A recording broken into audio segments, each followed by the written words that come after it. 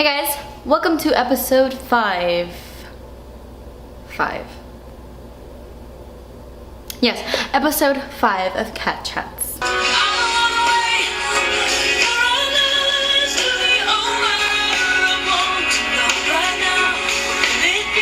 thought today's Cat Chats would be really casual. I'm gonna share with you guys some stories. I actually have another Cat Chats. I said I was gonna do one a month. Just one Cat Chats video a month, but I'm actually gonna be posting another Cat Chats video like in a week, maybe even sooner, because you're gonna freak out at my next Cat Chats. Wait till I show you what went down. But anyway, in today's Cat Chats, we are gonna talk stories. It is story time today. I thought I would share with you guys like little stories of my life, just so you guys can get to know me just a little bit better. These are really just stupid little random stories that stayed in my memory as I grew up. Some of them are awkward, some of them are really embarrassing, and some of them are just pretty funny to me. At least to me they are. Most of you might find this video boring, so if you don't like stories, you might want to leave. But I've got my coffee ready, pumpkin spice. Let's get started. Still too hot. So one time when I was like 12 or something, my cousin Janine, which by the way, you're gonna be hearing Janine's name a lot in this video, some of the most awkward stories happened with her. She had a neighbor who was pretty much our age. His name was Raymond, and I thought he was like the cutest thing ever. We were like 11.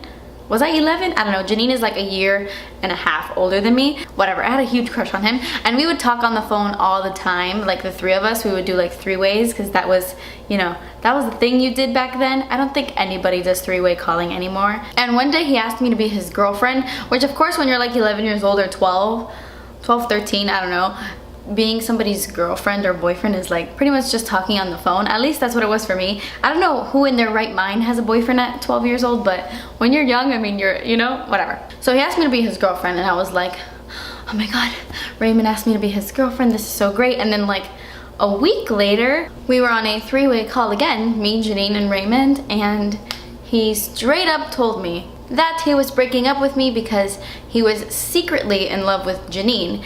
And that is why he started to date me, so that he can get closer to Janine. And I remember just sitting there on the phone like, because yes folks, apparently the way to get to a girl, the way to get a girl to be your girlfriend is to start dating her cousin first. It's so funny to me, like Janine and I talk about it all the time, and it is so funny. He knew his way with the ladies. Raymond, wherever you are in the world today, I'm sure you're doing swell. Funny story, not funny. Cool story. Actually met one of my greatest friends in the entire world, Samantha, in 9th grade. And we got along so well, like we loved each other so much that we would always say like, man, I really wish we were related. Like I wish that we would be family. And then one day we were talking and we realized that she had a brother and I had a sister, and they were the same age. Like they were very close in age. And we came up with this brilliant plan to hook them up. So I would stay at Samantha's house after school, and I would make my sister come pick me up, and then, you know, we tried to kind of like play Cupid, and we really wanted her brother to be with my sister. We must be damn geniuses, because now they are married and they have 2 kids, which you guys know as Sophia and Noah. So our dreams did come true. We are now family. Technically, Samantha and I are now family, and we say it all the time. Those kids would not be here if it wasn't for us.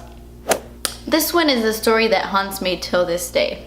So one time, my cousin Janine and I, we went with her dad and her dad's wife and her little sister to Key West. If you don't know what Key West is, it's like the Florida Keys where everybody goes fishing and like everybody loves it there. It's not my favorite place, I don't like it, but one day we were on this little trolley. Was it a trolley? No, it was like a golf cart type of thing that you could rent and drive around Duval Street, you know, all the little touristy area. And her dad was driving it, so it was the 4 of us, the 5 of us, learn how to count, in this little car, and we were all drinking Sobe pina coladas. You know, like the Sobe bottles with the pina coladas in it. Some of them, I mean, they have lemonade, they have a bunch of different flavors, but we were all drinking the pina colada flavor, and they were glass. So as we are driving down Key West, for a brief second I thought I was Michael Jordan. And I finish my bottle and I see a trash can significantly far from the little car that we were in. And I think to myself, oh, I could throw this and I could totally make it in that trash can, as this car is driving past it. So me being the very intelligent 15-year-old, I throw this bottle. And guess what happens?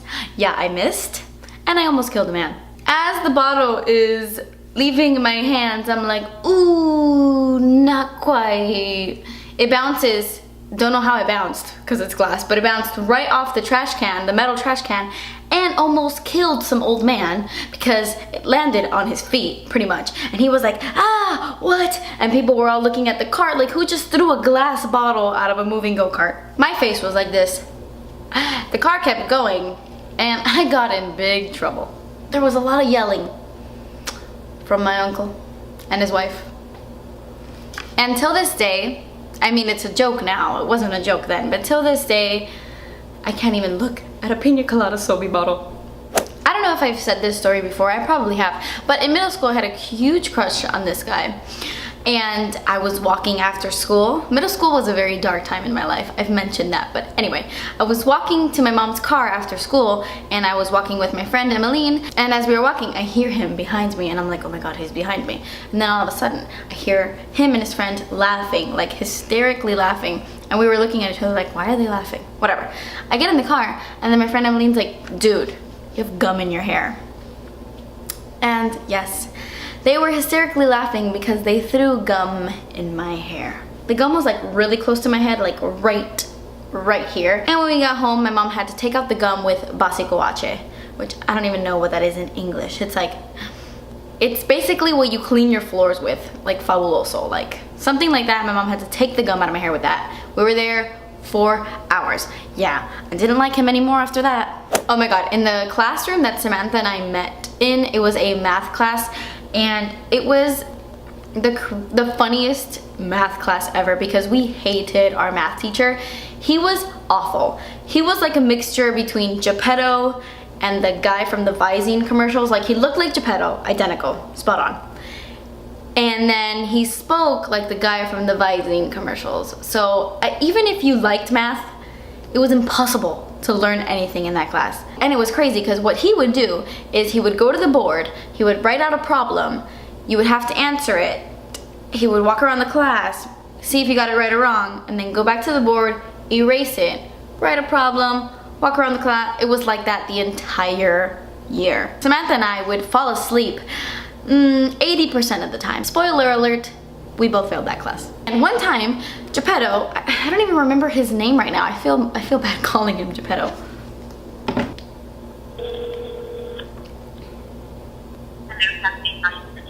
Samantha? Hello? Samantha? Kathleen? Samantha? Samantha? Kathleen? Why did you hang up on me? Because you weren't answering me. I thought you butt dialed me. No, I didn't butt dial you. I'm filming a cat chats video and I need to ask you a question because I'm talking about stories about stuff that happened to me and I'm saying a story about you. What was Geppetto's name? Mr. Viles. Oh, Mr. Viles. That's right. That's right. It even sounds boring. One time, Mr. Viles was coming around the classroom to see, if you got the answer right or wrong. And as he checks Samantha's paper, when he walks away, Samantha does this to his butt. But obviously she doesn't grab his butt. You don't touch people like that. But she's walking away and she's pretending to grab his butt. Like, she's looking at me and she's like, heh heh heh, laughing, pretending to grab his butt. And then when she looks back at Mr. Viles, he's like turned around, staring dead at her. So she's like, and I could not control my laughter at all. So I'm laughing so hard at this point that I put my head in my sweater. I had like a sweater on my desk and I put my head in the sweater just so that he wouldn't see me laughing, which that was pretty dumb, but that's what I did. And then I hear him tell her, you have an F for the day? And then that just made me laugh even more. So I'm cracking up in my sweater and then all of a sudden I feel somebody poke me on the shoulder and I'm like, oh no, it's Mr. Viles. So when I go to take my head out of the sweater, my head gets caught in my sweater. Of course, because look at the size of my head. It took me about 5 minutes to get my head out of my sweater. I'm like pulling it and like trying so hard to pull it, and then that just makes me start laughing even more. So when I finally take my sweater off, my hair is a hot rat's nest of a mess, and I have tears coming down my face from laughing so hard. And I look up at him and I'm like, and then he's like, and you have an F for the day. And Samantha and I were like, dang it, that's like the 5th one this week. I was walking to class my 7th grade year, and somebody spit on me from the 2nd floor. They just spit right on my head. And I remember touching my head like, and hearing people laughing from the 2nd floor. I loved middle school. I've definitely told you this story before, like in my 50 random facts about me, but just in case any new subscribers are out there, I have to tell you this story because I still laugh about it when I lay down in bed at night. My cousin and Janine's little sister, Nisi, her name is Nisi. It was me, Nisi, Emilia, my best friend Emilia, and my grandmother, Mami Yolanda, that's what we call her, Mami Yolanda. We were all playing dominoes in the backyard. And my grandmother has fake teeth. And my grandmother is very, very outrageous and crazy. Has no filter. Out of her mind, she's wild, I love her, she's funny. So we were all playing dominoes, and I don't know what possessed me to ask her or to tell her to do this, but we were just sitting there and I was like, Mami Yolanda, ala si. I told her to do this. And she did it. And my cousin was sitting directly in front of her, and when she did this, her teeth went flying right into my little cousin's face. Like her full fake teeth right in Nisi's face. Hit her right in her face. I don't think I've ever laughed that hard in my entire life. I'm pretty sure it's scarred my cousin for life, but for me, that's one of my funniest memories ever. My grandmother was just sitting there without teeth, like in shock. She thought that her teeth would stay there, but they didn't. One time, I was walking to class with my friend Maylin, and for some reason, she was walking in front of me, and for some reason, there was a mustard packet on the floor, and she steps on it. I mean, obviously not on purpose, but she steps on it and it bursts open and it squirts backwards, and I got mustard on my entire body, mainly my pants. I ran to the bathroom, I took most of the mustard off, but the scent of mustard is very strong, and I smelled like mustard for the remainder of the day. I remember walking into my class right after lunch and some kid was like, dude, you smell like mustard. I was like, you smell like mustard. Okay guys, so that was it. That is the end of this Cat Chat storytime video. I had a bunch more stories to tell you, but I didn't realize that I was gonna be sitting here blabbing for this long. Actually, I did realize that because all my videos are long. I talk way too much. So if you wanna see a part 2 to Cat Chat's storytime, then leave a comment down below. Like, put it in caps and be like, yeah, part 2 in caps. If it's not in caps, then I don't know what to tell you. Put it in caps so I know it's real. Thank you guys so much for watching. I hope you found this a little bit entertaining. I hope it wasn't too long and boring.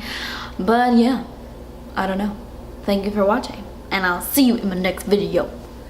Peace.